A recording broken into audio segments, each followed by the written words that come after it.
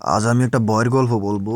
রাত বাজে তখন 3টা, হঠাৎ করে ফোনটা বেজে উঠলো। সমস্যাটা হয়েছে মোবাইল ফোনের ওই প্রান্ত থেকে আমার নাম ধরে ডাকছিল, বাট তখন পর্যন্ত কিন্তু আমি ফোনটা রিসিভ করি নাই। তাহলে ফোন রিসিভ করা না পর্যন্ত একটা মানুষ কিভাবে আমার নাম ধরে ডাকে ওই প্রান্ত থেকে? এটা কি আদৌ পসিবল? আপনারাই বলুন। প্রতিদিন 3টা 17 মিনিটের পরেই আমার ঘরের দরজাটা অটোমেটিক খুলে যেত, কিন্তু ওই সময় আমি বাসায় একাই থাকতাম। এমন না যে বাইরে জর্তবান হইতো যার কারণে আমার রুমের দরজাটা অটোমেটিক খুলে যেত, এমন কোনো অপশনই ছিল না যে আমার রুমের দরজা অটোমেটিক খুলে যাবে, কেননা বাইরে ছিল ওয়েদার খুবই নিরিবিলি। আমি ভাবছিলাম এটা আমি ভুল দেখতেছি। পরে যখন আমার রুমের সিসি ক্যামেরাটা একটু ভালো করে চেক করে দেখলাম, ভাই রে ভাই, আমি এটা দেখার জন্য মোটেও প্রস্তুত ছিলাম না। এটা দেখার পর এখন আমি রাত্রে একলা ঘুমাতে পারি না। আজও মাঝরাতে ফোনটা বাজে, আজও 3টা 17 মিনিটের পর আমার দরজা অটোমেটিক খুলে যায়। আমার জায়গায় যদি আপনি থাকতেন তাহলে কি আপনি ফোনটা ধরে রিসিভ করে কথা বলতেন?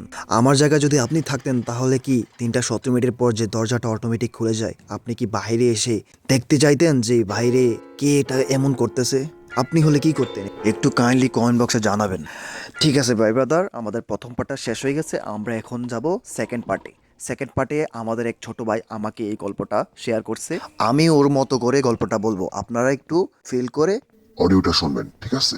আমি আজও বুঝতে পারিনি সেদিন রাত্রে যদি আমি দরজাটা না খুলতাম তাহলে কি আজও আমি স্বাভাবিক জীবনটা পেতাম। এই পুরনো বাড়িটা আমরা ভাড়া নিই খুব কম টাকায়।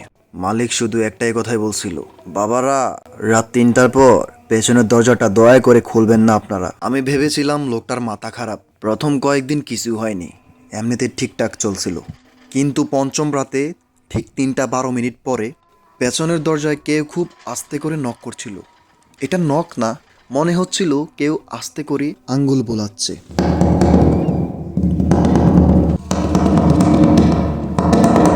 আমি দরজার কাছে গিয়ে জিজ্ঞেস করলাম, কে?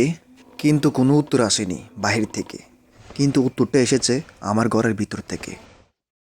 পেছন ফিরে তাকিয়ে দেখি আমার ফোনটা উপর থেকে হঠাৎ করে টেবিলের উপর পড়ছে। আমি মোবাইলের কাছে এসে মোবাইলের স্ক্রিনে শুধু একটাই লেখা দেখলাম। লেখাটা ছিল এমন, যে কোনো মূল্যে হোক দরজাটা তুই কোনোভাবে খুলবি না। কিন্তু তখন ফোনটা আমার হাতেই ছিল।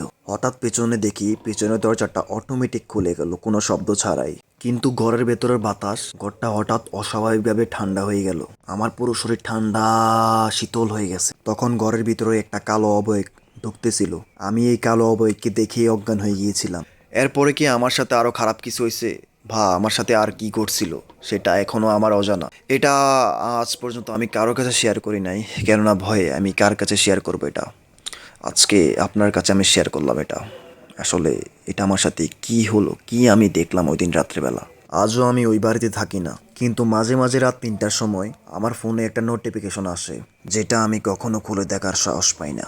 ঘটনাগুলো আবার রিপিট শুনতে ইচ্ছে করলে চ্যানেলটা সাবস্ক্রাইব করবেন। তো এই ছিল আজকের প্রথম পার্ট এবং কি সেকেন্ড পার্ট। ইনশাল্লাহ নেক্সট টাইম আরও ভালো ভালো গল্প আপনাদের মাঝে আমি উপহার দেব। আমি আশেপাশে আমাদের চারপাশে যা ঘটনা ঘটবে মানুষের সাথে, আমি সবার সাথে ঘটনাগুলো কালেক্ট করে আপনাদের মাঝে খুব ভেরি সোন আপনাদের মাঝে আমি উপস্থিত হব। এইসব ঘটনা নিয়ে আরও ভয়ঙ্কর। ইনশাল্লাহ আপনাদের ভালো লাগবে।